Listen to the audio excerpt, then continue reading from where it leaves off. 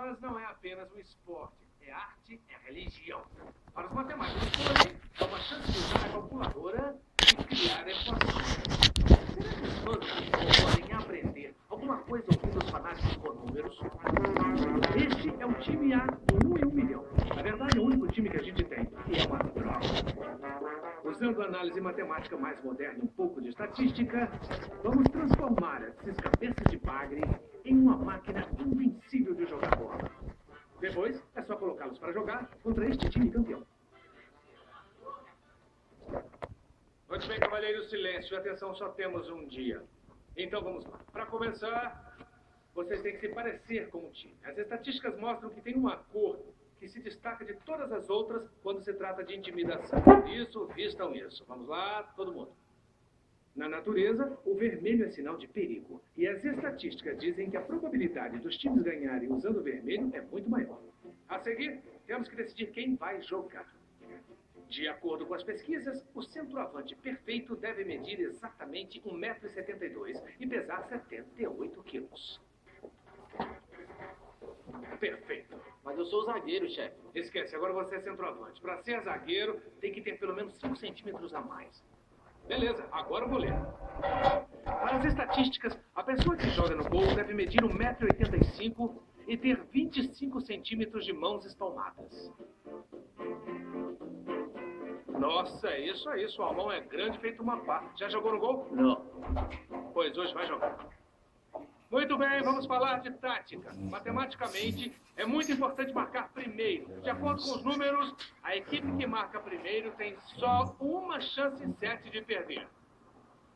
Ok, eis a nossa estratégia de jogo sujo. Eu não quero que vocês façam falta de propósito, mas se fizerem e forem expulsos, então pelo menos façam com que matematicamente vale a pena. Perder um jogador é desvantagem, mas tomar um gol é um desastre. Às vezes é até interessante tomar um cartão vermelho e ficar com um jogador a menos, dependendo das chances do adversário marcar ou de quanto tempo falta para o jogo acabar. Ok, pessoal, atenção, vejam como o gráfico funciona. Só se arrisquem a levar um cartão vermelho nos primeiros 16 minutos se houver 100% de chance do outro time marcar um gol. Conforme o jogo vai rolando, isso muda. Aos 3 minutos do segundo tempo, podem fazer as faltas mesmo que haja 40% de margem de erro. Vocês vão ter que calcular as probabilidades do adversário marcar um gol. Então vão precisar disso. Se depois de tudo isso a decisão for para os pênaltis, temos que usar a outra estratégia. Lacey, eu sei que você nunca chutou um pênalti na vida e que você, Branson, nunca foi goleiro. Mas não esquentem, a matemática vai ajudar. Um pênalti é o que os matemáticos chamam de um jogo imprevisível com 2 jogadores. O goleiro e o jogador. A matemática diz que mesmo se o jogador chutar melhor para a direita, ele deve procurar chutar para a esquerda na maioria das vezes. A melhor estratégia do goleiro é pular no outro canto. Praticamente todas as vezes. Muito bem, tem só mais uma última coisa, garotos, antes de irem para a vitória garantida. Tem uma outra vantagem que a gente tem que ter antes mesmo da bola rolar. É o que os matemáticos chamam de gerador binário de números aleatórios, mas que a gente chama de cara ou coroa. Uma análise detalhada mostra que o resultado do cara ou coroa nunca é aleatório e que a moeda tende a cair sempre do lado em que estava. Então tentem dar uma olhada antes que a moeda seja jogada. Pegaram? Muito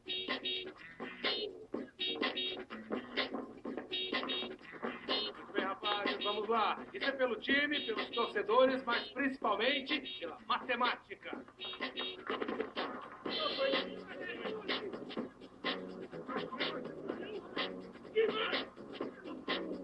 Use a cabeça, vamos lá! Joguem bola! Calculem!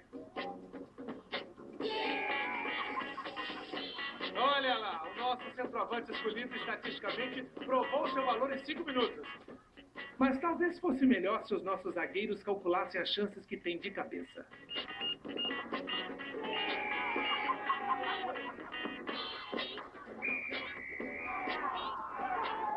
Bem, é isso aí. Tudo bem usar matemática e estatística pode até ajudar, mas se seu time for péssimo, não há nada que se possa fazer. Deixa pra lá, pessoal. Vocês ficaram muito bem de vermelho. Quando Sir Isaac Newton descobriu a gravidade, estava somente evitando a grande pergunta. Quais as chances de uma grande maçã estar madura e cair na cabeça dele naquele exato momento, hein? Quem sabe se tivesse um enorme doído coco, ele teria ficado tão grogue que decidisse estudar estatística também. Hoje vamos fazer um experimento com cocos no laboratório. Em algumas ilhas tropicais, essa fruta pode causar mais ferimentos do que acidentes de carro. Na Papua Nova Guiné, 2,5% dos casos que chegam nos prontos-socorros são causados por cocos. Pedimos aos nerds do 1 em 1 milhão para descobrir se esses cocos são mesmo perigosos. Para esse teste, utilizaremos uma fruta que tem propriedades similares àquelas da cabeça humana, a melancia. Aqui, as melancias representam as cabeças de 7 turistas deitados debaixo de um coqueiro. Um coco que caia de um coqueiro de 25 metros de altura alcança uma velocidade de 80 km por hora. Sozinhos, nossos nerds não conseguem alcançar uma velocidade dessa.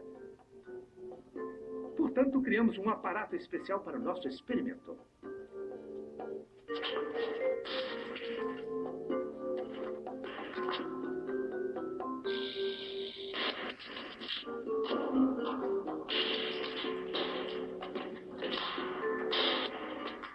Neste teste, utilizamos 46 cocos para ferir estas 7 melancias. Estes ferimentos causaram desde concussões leves a traumas graves. Porém, as chances de ter 7 pessoas deitadas embaixo do mesmo coqueiro são de 1 em 500 mil. Um coqueiro dá em média 138 cocos por ano. Desses, apenas 0,38 caem da árvore por dia. Estima-se que a chance de um coco cair e acertar a cabeça de alguém seja de 1 em 1,5 milhão. Mas se ele te acertar, machuca feio. Os ferimentos também podem ser ocasionados quando se escorrega em um coco ou tenta comer a fruta sem remover sua casca. Quais são as chances disso acontecer? Se eu ganhasse $1 a cada vez que já ouvi essa frase, estaria exatamente $469 mais rico, o que não é muito. Principalmente se comparado com o valor da cara das pessoas quando ouvem histórias como essa. Sonora, México. Pablo Pérez Garcia e seu amigo Víctor Benítez Garcia estudam bioquímica marinha na Politécnica de Monterrey. Esforçados, os dois dão duro para pagar as contas. Quando Victor perdeu sua carteira com os $200 do aluguel, tudo ficou mais complicado. Geralmente ele não perde as coisas, quem perde sou eu. E isso foi uma surpresa para mim, mas é claro que uma surpresa desagradável era o dinheiro dele e também metade do aluguel. 10 dias depois, Pablo teve sua primeira lição de mergulho como parte de seus estudos marinhos. Eles não tinham nem ideia de onde Victor tinha perdido a carteira e estavam praticamente sem dinheiro. Pablo, porém, estava decidido a aproveitar sua primeira experiência embaixo d'água. Mal sabia ele que aquele mergulho iria levá-lo ao estranho mundo das chances inacreditáveis. O professor levou a mim e outros 7 colegas para esta área na Bahia e fizemos o nosso primeiro mergulho. Como era seu primeiro mergulho, Pablo estava ansioso e animado com o que estava à sua espera abaixo da superfície. Tem um monte de coisas que acontecem, sons diferentes, novas sensações. De estar nesse novo mundo que são tão interessantes que não se consegue pensar em outras coisas a não ser na experiência em si. Conforme Pablo descia em direção ao fundo do mar, ele nem sonhava que a ocasião de seu primeiro mergulho, mais o lugar em que ele aconteceu, iriam provocar uma coincidência incrível. Bem, talvez depois de uns 10 minutos eu comecei a me acostumar com a sensação de estar embaixo d'água. E eu pude prestar atenção às pedras e aos peixes à minha volta.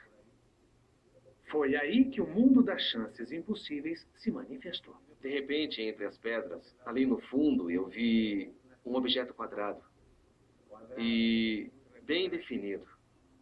Chamou minha atenção. No meio da baía, no fundo do mar, Pablo tinha encontrado a última coisa que ele esperava ver: a carteira de Victor. De repente, me deu vontade de pular e gritar embaixo d'água, o que é bem difícil. A única coisa que deu para fazer foi agarrar o braço do meu companheiro de mergulho, puxá-lo e dizer: olha, olha. O Victor tinha perdido a carteira. Há mais ou menos uns 10 ou 12 dias, eu acho. Provavelmente umas 25 ou 30 pessoas devem ter passado por ali. E ninguém viu a carteira. Eu encontrei a bendita no meio do mar. É como achar uma agulha num palheiro. As chances disso acontecer são tão remotas que é de arrepiar. Para começar, Pablo tinha que ter tido sua primeira lição de mergulho. Depois tinha que ter tido essa aula naquele dia específico, ou seja, tinha que ter saído naquele barco e ir para aquela área específica na Bahia. Aí teve que ver a carteira por acaso enquanto aprendia as técnicas de mergulho. E já estar confiante o suficiente para descer e pegá-la. Sem contar que Victor não tinha a mínima ideia de onde tinha perdido a carteira. Ela poderia ter sido levada pela correnteza, ter caído entre as pedras e até ter sido encontrada por outros mergulhadores. A chance de Pablo ter sua primeira aula de mergulho exatamente no lugar onde a carteira do amigo foi parar, 10 dias depois de ter sido perdida e com os $200 do aluguel ainda lá dentro, é impossível de calcular. Como fui eu que encontrei, eu posso pensar que a carteira deve ter caído no mar enquanto a gente estava no barco ou na lancha, sei lá. O que seria normal, já que a gente sempre sai por causa do curso. E eu fiquei muito feliz mesmo por ter encontrado o dinheiro. Versão brasileira, Tempo Filmes, São Paulo.